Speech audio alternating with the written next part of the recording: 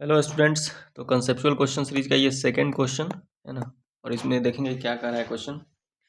कह रहा है कि two hollow spherical conductors of different sizes are positively charge है ना। Charge positively, the smaller one is at 50 volt and the larger one is at 100 volt. दो sphere है ना। स्मॉल आर रेडियस का, इसका पोटेंशियल है कितना 50 वोल्ट, और एक कैपिटल आर रेडियस का जो बड़ा स्फीयर है, इसका पोटेंशियल है कितना 100 वोल्ट का।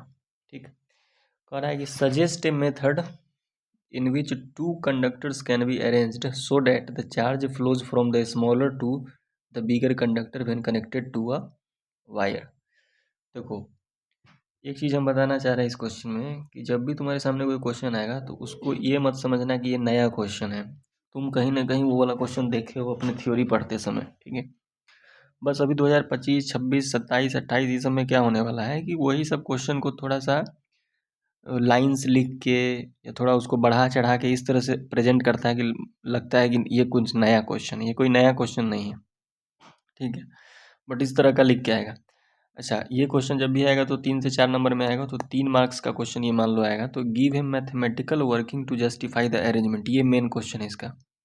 ठीक है, तो देखो इससे इसके लिए तुमको एक बात कम से कम पता होना चाहिए कि जो चार्ज्ड स्फीयर होता है ना। अच्छा, पॉजिटिवली चार्ज्ड बोला है तो कोई टेंशन नहीं। पॉजिटिवली चार्ज्ड स्फीयर जो होता है, तो अगर मान लो इस पे चार्ज क्यू है और इसका रेडियस आर है, तो अगर इस स्फीयर से के सरफेस पे अगर तुमको पोटेंशियल लिखना होगा तो पोटेंशियल होता है के क्यू बाई रेडियस। इनसाइड में लिखना होगा तो भी पोटेंशियल होता है के क्यू बाई रेडियस, और आउटसाइड में लिखना होगा तो वो आउटसाइड वाला पॉइंट का दूरी लेना पड़ेगा। तो ये स्मॉल आर है ना। अभी ये स्मॉल आर कैपिटल आर से कंफ्यूज मत हो, मान के चलो कि इसमें ये स्मॉल आर या कैपिटल आर नहीं हो के है ना, ऐसे याद रखो ये जनरल है, ये है ना। इन जनरल कोई भी स्फीयर होगा जिसका रेडियस मान लो बी है, तो इसके सरफेस पे पोटेंशियल कितना हो जाएगा, बी बराबर के, और अगर चार्ज इस पे क्यू है तो के क्यू बाई इसका रेडियस बी।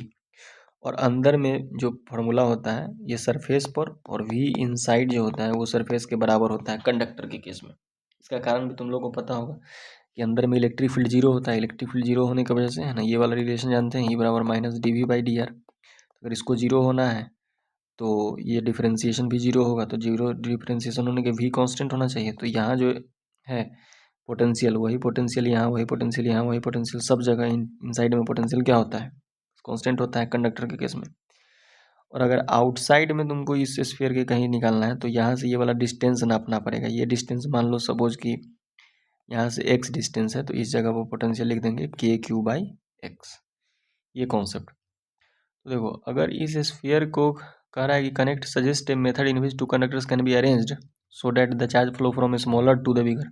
स्मॉलर से बिगर कंडक्टर में चार्ज तभी फ्लो होगा अगर देखो, अगर ऐसे ही इस तरह से तार कनेक्ट कर दिए तो अभी तो ये 100 पोटेंशियल ज़्यादा है, तो चार्ज 100 से इधर फ्लो होगा नेचुरली, इस तरह से रखा हुआ रहेगा। तो स्मॉलर से बिगर में तो फ्लो करना है तो स्मॉलर स्फीयर को लार्जर स्फीयर के अंदर रखना पड़ेगा, है ना। ये बात याद रखना। तो स्फीयर सजेस्टिव मेथड वाले में तो बोल दो कि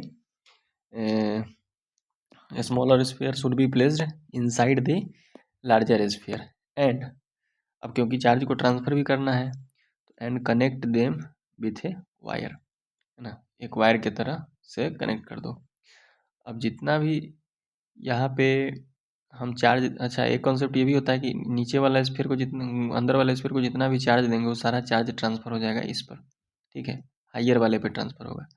तो अब देखो, अब वो बड़ा वाला पे ट्रांसफर हो रहा है, इस बात का मतलब है कि अंदर वाला स्फीयर का पोटेंशियल क्या हो जाएगा ज़्यादा, और बाहर वाले का पोटेंशियल क्या हो जाएगा, कम हो जाएगा, इस अरेंजमेंट की वजह से। तो इस अरेंजमेंट में ये डायग्राम भी बना देंगे और ये बात लिख भी देंगे कि smaller sphere should be placed inside a bigger sphere. अब बोल रहा है कि मैथमेटिकल वर्किंग भी देना है, तो मैथमेटिकल वर्किंग के लिए ये कॉन्सेप्ट अगर तुमको पता है तो अब लिख दो कि देखो, बड़ा वाला स्फीयर के रिस्पेक्ट में सोचो।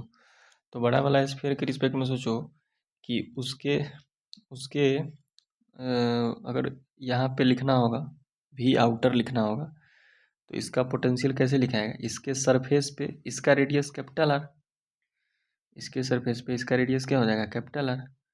तो वी आउटर जो लिखेंगे वो के क्यू बाई कैपिटल आर, ये तो लिख लिए बिगर स्फीयर की वजह से, है ना, बिगर स्फीयर की वजह से लिख लिए, लेकिन स्मॉलर स्फीयर की वजह से भी तो हो सकता है। लेकिन देखो स्मॉलर स्फीयर से ये वाला पॉइंट आउटसाइड है, तो आउटसाइड वाला पॉइंट के लिए क्या किए थे कि इसके सेंटर से ये दूरी लिए थे, तो सेंटर से जब ये दूरी लेने जाएंगे तो ये फिर से देखो कैपिटल आर हो जाएगा। देखो ये वाला कॉन्सेप्ट कि आउटर पॉइंट के लिए क्या किए थे, सेंटर से ये दूरी एक्स लिए थे, तो इस समय ये इसके लिए लिख रहे हैं तो एक्स की जगह पर क्या हो गया, कैपिटल आर ही तो हो गया। तो अंदर वाले स्फीयर की वजह से भी क्या हो जाएगा, के क्यू, हाँ लेकिन अंदर वाले स्फीयर पे चार्ज कितना है, अंदर वाले स्फीयर पे चार्ज अलग अलग कुछ होगा, तो मान लो कुछ ऐसा चार्ज, इस पे मान लो स्मॉल क्यू, इस पे मान लो कैपिटल क्यू।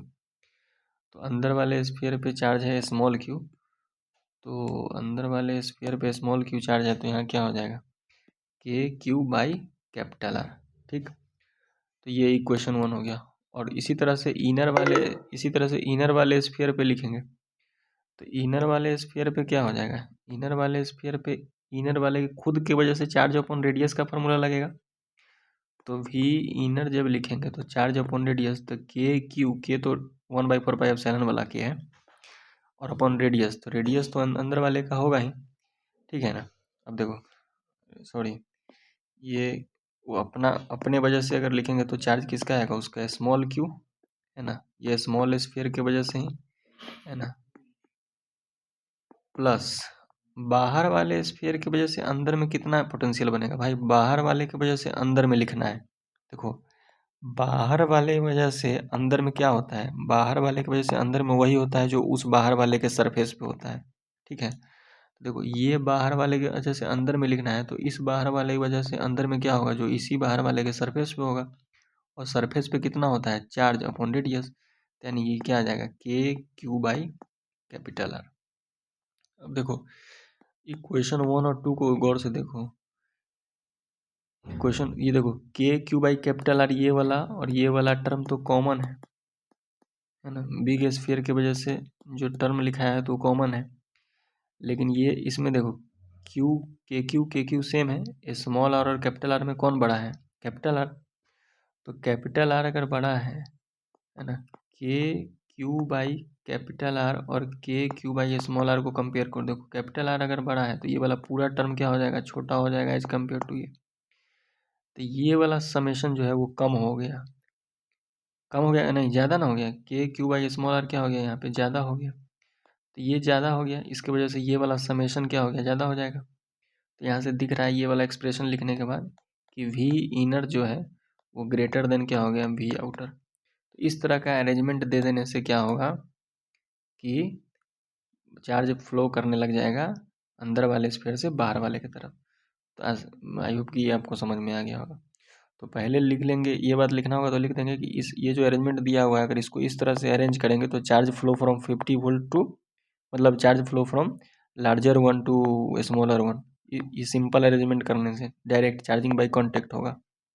लेकिन इस तरह से स्फेरिकल कैपेसिटर के फॉर्मेट में एक तरह से दे दिए इसको, ये स्फेरिकल कैपेसिटर ही तो हो गया, क्या हो गया, ये स्फेरिकल कैपेसिटर बना दिए इसको। तो कैपेसिटर जब बना देंगे तो पोटेंशियल वी आउटर और वी इनर इस तरह से लिखा जाएगा, तो अंदर वाले का पोटेंशियल क्या हो गया, ज़्यादा, और बाहर वाले का पोटेंशियल आउटर हो गया, मतलब कम हो गया। और ये तब तक चार्ज ट्रांसफर होते रहेगा जब तक ये दोनों का पोटेंशियल बराबर ना हो जाए, और दोनों का पोटेंशियल बराबर हो जाएगा तो डेल्टा भी, दोनों के बीच में पोटेंशियल डिफरेंस जीरो हो जाएगा।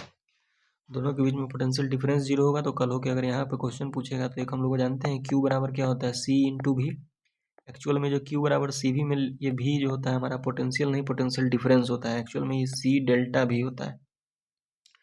एक समय ऐसा आएगा कि जब ये दोनों बराबर हो जाएगा, दोनों बराबर होने से डेल्टा भी क्या हो जाएगा, जीरो। तो यहाँ से सी जो है वो इनफाइनाइट हो जाता है, इनफाइनाइट कैपेसिटर। तो कम से कम यही बात और अलग से पूछ सकता है कि दो कंडक्टर को अगर एक तार से जोड़ देंगे तो क्या होगा, तो एक तार से जोड़ने पे दोनों का पोटेंशियल बराबर हो सकता है, और बराबर होने से पोटेंशियल डिफरेंस जीरो, और उसका कैपेसिटेंस इनफाइनाइट हो सकता है। तो दो क्वेश्चन एक तरह से इसमें बता दिए।